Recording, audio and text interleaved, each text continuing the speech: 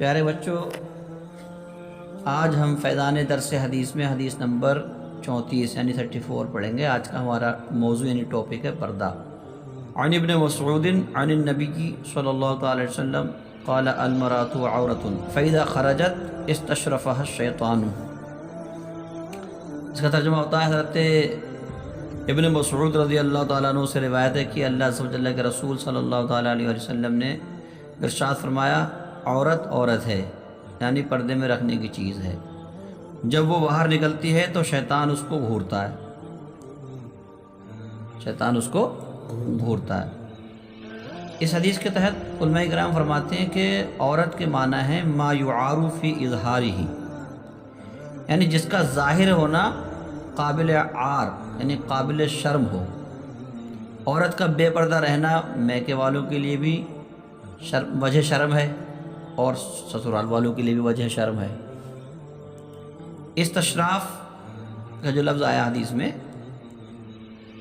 استشرفہ الشیطان، کہ شیطان اسے گھورتا ہے، تو علماء فرماتے ہیں اس کا معنی ہے کسی چیز کو بغور دیکھنا، یا اس کے معنی ہے لوگوں کی نگاہ میں اچھا کر دینا تاکہ لوگ اسے بغور دیکھیں۔ عورت جب بے پردہ ہوتی ہے تو شیطان لوگوں کی نگاہ میں اسے بھلی کر دیتا ہے کہ وہ خام خواہ اسے تکتے ہیں۔ مثل مشہور ہے کہ پرائی عورت اور اپنی اولاد اچھی معلوم ہوتی ہے، اور پرایا مال اور اپنی عقل زیادہ معلوم ہوتی ہے۔ سرکار صلی اللہ علیہ وسلم کا فرمان بالکل دیکھنے میں آ رہا ہے کہ بعض لوگ اپنی خوبصورت بیویوں سے متنفر ہوتے ہیں اور دوسری بدصورت عورتوں پر فریفتہ، یعنی اپنی عورتیں انہیں اچھی نہیں لگتی، اپنی خوبصورت عورت میں جو ہے انہیں اچھی نہیں لگتی، اور دوسرے کی اگرچہ بدصورت ہے تو اس کے طرف جو ہے ان کا دل جو ہے مائل کر رہا ہے، یہ اس پر فریفتہ ہو رہے ہیں۔ بات سمجھ رہے ہیں آپ؟ تو عورت کیا ہے؟ عورت کو پردے میں رکھنا چاہیے۔ بات سمجھ رہے ہیں؟ کیا فرمایا حضور نے؟ المرأۃ عورۃ، عورت پردے میں رکھنے کی چیز ہے۔ جب عورت بے پردہ ہو کے نکلتی ہے تو شیطان اسے گھورتا ہے، یعنی جو اس طرح کے لوگ ہوتے ہیں عورتوں کو گھورتے ہیں، بات سمجھ رہے ہیں؟ تو وہ شیطانی کام ہے۔ کون سا کام ہے یہ؟ شیطانی کام ہے کہ کسی غیر کی عورت کو گھورنا۔ بات سمجھ رہے ہیں آپ؟ آزاد عورتوں کے لیے اچھا ایک مسئلہ یہ سمجھ لیں، آزاد عورتوں کے لیے منہ کی ٹکلی اور دونوں ہتھیلیوں اور پاؤں کے تلووں کے سوا سارا بدن عورت ہے۔ غیر محرموں سے ان اعضاء کے سوا پورا بدن چھپانا فرض ہے۔ بلکہ علماء کرام فرماتے ہیں کہ جوان عورت کو غیر مردوں کے سامنے منہ کھولنا بھی منع ہے۔ بات سمجھ رہے ہیں؟ اور فرماتے ہیں کہ سر کے لٹکے ہوئے بال اور گردن اور کلائیاں بھی عورت ہیں، ان کا چھپانا بھی کیا ہے؟ فرض ہے۔ تو عورت کے لیے بہتر یہی ہے کہ وہ اپنے آپ کو غیر مردوں سے بچائے اور پردے میں رہے، قائم رہے، پردے میں رہے، اس میں اس کی عافیت ہے۔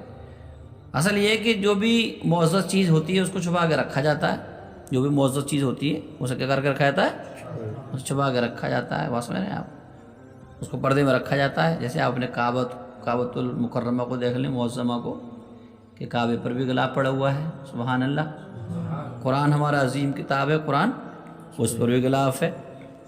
ایسے ہی مال و دولت، قیمتی اشیاء ہیں، انہیں بھی لوگ چھپا کے رکھتے ہیں، یعنی تجوریوں بند کر کے۔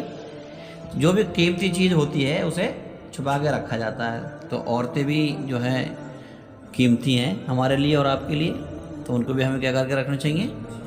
پردے میں رکھنا چاہیے۔ باحیا عورت تو پردے میں رہتی ہے، جو بے پردہ پھر رہی ہیں تو ان کی حیا میں کمی ہے، جبکہ حیا کے بارے میں آقا صلی اللہ علیہ وسلم کا فرمان عالی شان ہے، الحیاء شعبۃ من الایمان، حیا جو ہے ایمان کا اہم حصہ ہے۔